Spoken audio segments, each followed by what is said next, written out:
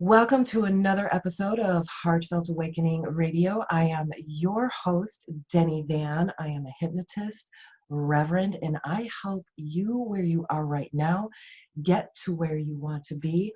And today we have our wonderful guest, Sophie Shaw.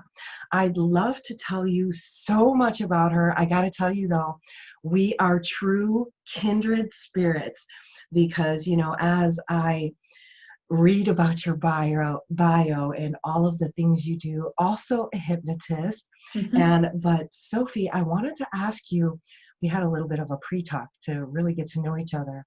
But one thing I don't know about you is, darling, how did you get on this path? What was that one thing that started you on this spiritual journey? I am so lucky in that I was raised in a family that was already on that spiritual journey. So I was set on that path from the moment I came in. And it was something that I always felt connected to. If I had to choose one thing that really confirmed for me, yes, this is absolutely the path, it would be conversations with my granddad. And I'm going to get emotional. Conversations with my wonderful granddad, who was extraordinarily special, incredibly spiritually connected. And we used to walk together in the park. And he would talk to me, even though I was a child, he would talk to me about incredibly complex concepts, spiritual concepts, esoteric concepts. He would teach me about energy that came from living things. And he spoke to me as if I was an adult, and absolutely confirmed for me that all of us have this connection with something else. Call it what you will, some other higher power. So yeah, I guess I could credit him. Absolutely. And you talk about growing up in the wild green of beautiful Norfolk and the countryside. So that's where you grew up with your grandfather? It's not actually, no. So I'm a city girl. I grew up in London, and he grew up in just outside the city of Birmingham, which is in the middle of England. And although London is actually weirdly very green, I was very much a city girl. But about 4 years ago, I moved to the east of England, where my dad lives, and I moved to the countryside, which was a very big change. So me and my son came here. We've been here 4 years, nearly 5, and such a relief to be permanently surrounded by green. As I'm sitting here talking to you, Danny, I'm looking out of my back window onto fields and hedges and trees and leaves and just so much green. And I find it so incredibly healing. I'm very lucky. That is wonderful. We are such kindred spirits because I grew up in Chicago Mm. and I'm about 65 miles northwest or 100 kilometers northwest of Chicago in the woods. And it's right now, the season is changing and Mm. the connection, we miss that, Yes. being in the city, we're so disconnected. Yeah. So you talk about, your practice of meditation, crystals, gong baths, and trash TV, pizza, and pajama days. So that's Yes. like both of that. Tell me a little bit about that. I have, again, been raised in a very irreverent and practical household. So we swear a lot and we eat junk food, but we also, have this awareness of our spiritual connection. And we, I hope, have a tolerance for different points of view as well. So not all of us are spiritual. My brother, for example, is the world's biggest skeptic, but he is also somebody who appreciates when I give him Reiki. So we are all open-minded, very silly, very rude, and spiritually minded. And I do like to keep a balance. So I'm not somebody who I live in the world. I have to be practical. Yes, And because there's the healing power, like you say, I believe in the healing power of the natural world and also in cake. So yes, that's fantastic. So that's like a shift in that awareness. So I'd like for you to talk a little bit more because there's a lot of people who have the belief that you have to behave in these certain ways in order to call yourself spiritual. Yet you're acknowledging the natural world, and there's some potty words coming out of your mouth at the same time. So Yes. let's talk some more about that, being authentic. Well, that's such a great word, because authenticity is a real buzzword for me. I don't believe that, for example, the kind of clients that I work with, I work a lot supporting mums of neurodiverse children, and I am a mum of a neurodiverse child. And it's not always pretty. And I would really love to be able to sit here and tell you that I'm always very calm with my son and very understanding and tolerant because of his challenges, and that I'm endlessly patient. And it's not true. I lose my shit on a regular basis. I get very frustrated and angry. I sometimes need to just stuff my face with chocolate, and I am not perfect. And I think that mums suffer so much guilt about not being zen and calm and sweet and understanding all the time. It's just not possible. You know, we live in the world, and particularly at the moment, there is a lot to be pissed off about in the world. There is a lot of injustice. There is a lot that is not as we would want it. And so, yeah, it's important to be realistic and balanced, and to let ourselves off the hook for being human and for being messy. I can totally relate. How old's your son? He's 12. He's Yeah. 12. Well, I have two sons that are neurodiverse. I love that word.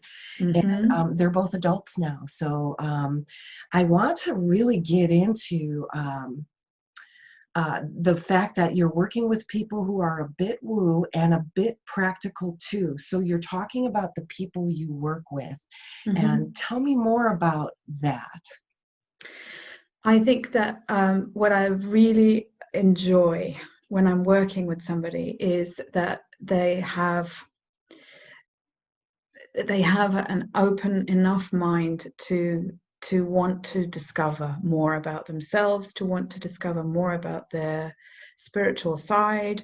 And they may not even call it a spiritual side. They might say, I want to feel more connected to myself, or I want to find some kind of peace within myself, or something's missing. And I'm not going to sit here and tell them to go and meditate for 5 hours a day, because that isn't practical. And I want them to know that sometimes having a long bath is a meditation, is healing. And, you know, watching a really lovely movie is healing. It doesn't all have to be about, you know, incense and bells and, you know, At one point, contacting. exactly. And at one point for me, going through this process was getting on my hands and knees and cleaning the floor was my Yeah, meditation. And it absolutely. really helped me through that. So that's wonderful. It's practical. Exactly. We're practical beings, and although we do place an enormous emphasis on doing rather than being, and that is something that definitely needs to be more balanced and readjusted. But absolutely, a walk can be a meditation. You know, there's that wonderful book called Zen and the Art of Motorcycle Maintenance, which just Love means, it. getting down into the details, mindfully loving whatever you're doing.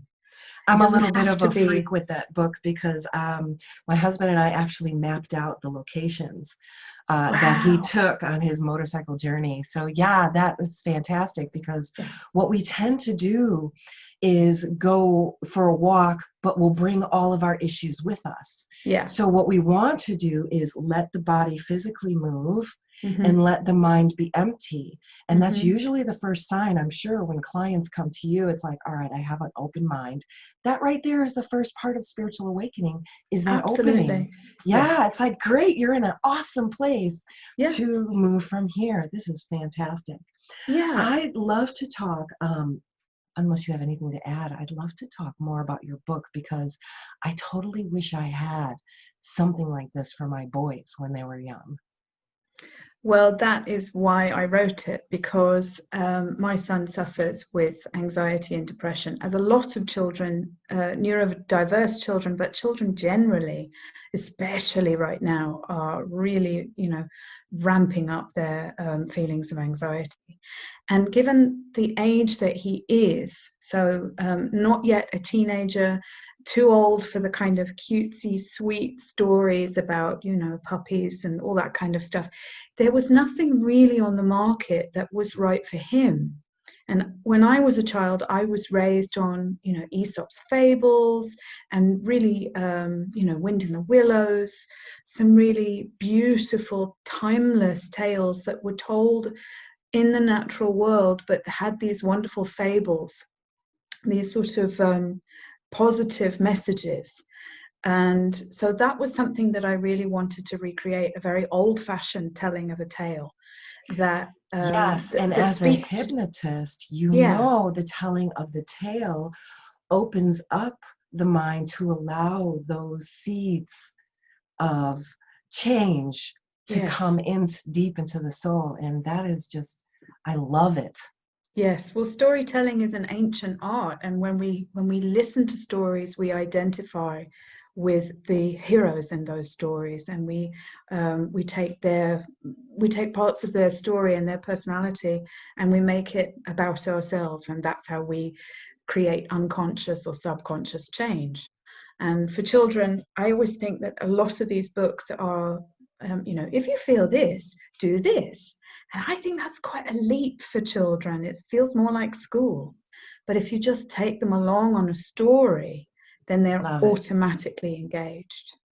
Love it. Yes, through allegory and Yes. identifying with them and wow. Yeah, 12 years old. I don't know, remembering when both my boys were 12 years old, that was such a fun age. Fun age. He's wonderful. And I love him I love him to bits and pieces. And when he is feeling calm and feeling happy, he's an utter delight to be around. He's so wise. He is so grounded. He is so thoughtful and loving and caring. But it is also a very complex age. I think you were saying about your children before we came on and recorded that even though they're grown-ups, there's still a part of them that is absolutely childlike. And, with my son, and I don't know whether he would mind me saying this, but he's incredibly mature, but at the same time, he is very, very childlike and has very much younger needs than his age. So it's Yeah. complex. It's a complex time. So what would you say to moms out there who maybe have young children that are neurodiverse? I just love that word. I'm going to be using that word from now on. Neurodiverse, because I'm neurodiverse. If anything, I'm on the Yeah. spectrum, right? Yeah. So what would you tell moms who have young children that are going through these things and feeling their own anxiety and Yeah. maybe even wondering if they're the only ones? What I see with mums and what I experience being a mum of a neurodiverse child, and by the way, I love that word too, because I just think it encompasses so many people who may be on the journey of discovering what on earth is going on, what I discover in these women is that they put their needs very low down the list of priorities. And I know that mums do this generally, but I think mums of extra sensitive children do this particularly because everything is all about supporting their child, which is right, and it should be. Obviously, the child's needs are very, very important, but mums cannot keep pouring from an empty cup. And I find that mums have to be really strong-armed into having support for themselves as well. They have so much guilt.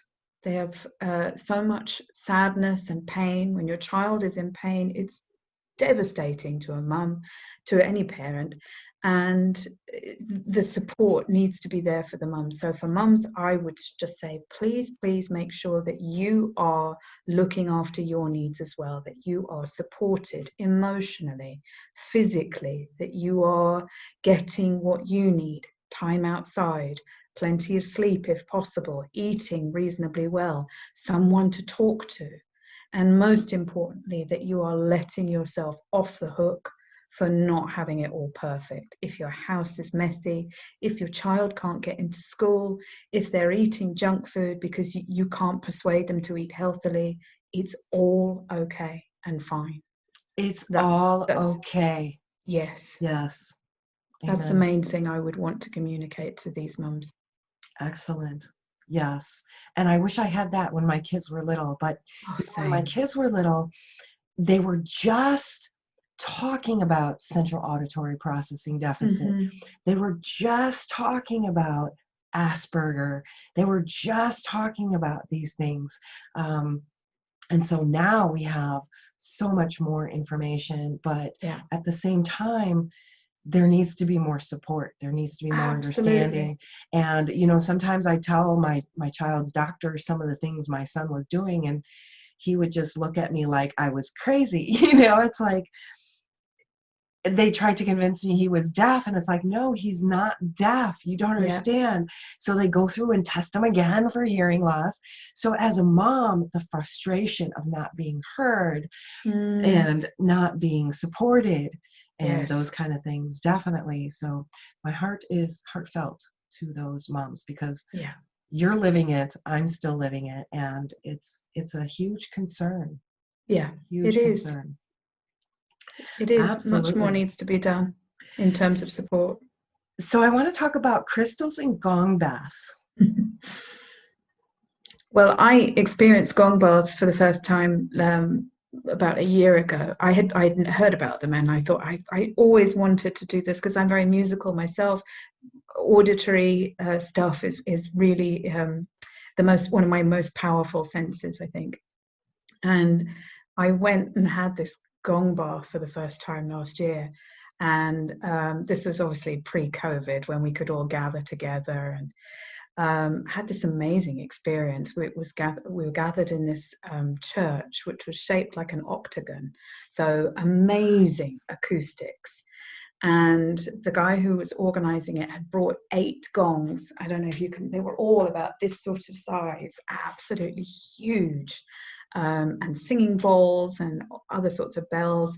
And we all lay down on yoga mats with cushions and blankets. And as soon as this extraordinary, otherworldly sound came, the vibrations just washing over you, I just thought, wow, this is incredible. It's like Reiki energy turned up to 100. Just amazing.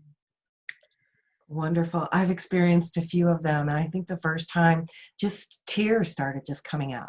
Yeah. Like, I didn't know why I was crying, but just release is coming out. Yeah, vibrational medicine is very powerful. And, Yes. Some people might call it woo, but look at the technology that they're using for fracking Absolutely. and the Yes. consequences of being able to force that energy through. Well, Yeah. we can do that within ourselves. We can Yes. wash through our energy and reset things and open up things and wake up things, Yes. especially little changes in the DNA. So that is pretty profound. I love it. So I am going to be leaving a link to your book, The Hair and the Moon. What was your favorite thing about creating this book?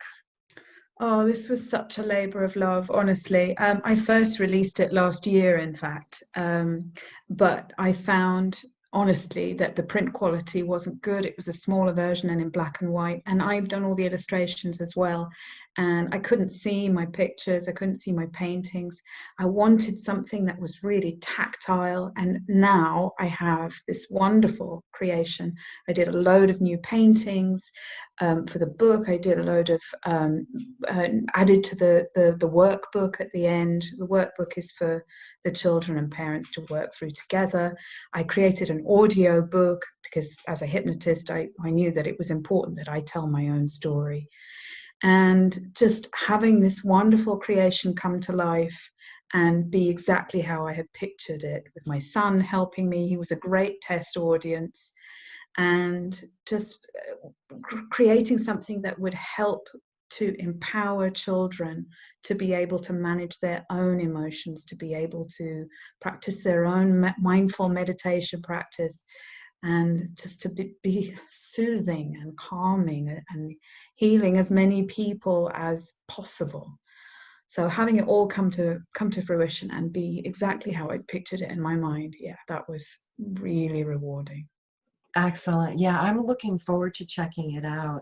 And I'm going to ask, is there plans for any more of this? Yes, there are. Excellent. At the time that I wrote The Hare and the Moon, that was my primary focus, was that story. It just sort of popped fully formed into my head. But I also wrote, I've got 7 other fables that I've already done rough drafts of that I'm going to be releasing. And I think I wanted to get one out before Christmas, but I think that might be a bit ambitious. So it'll be early in the new year. There will be another one coming out. Yeah. Very nice. Excellent. So I want to thank you for being with me on this journey and being my guest on Heartfelt Awakening Radio. And I want the listeners to check out the Amazon link.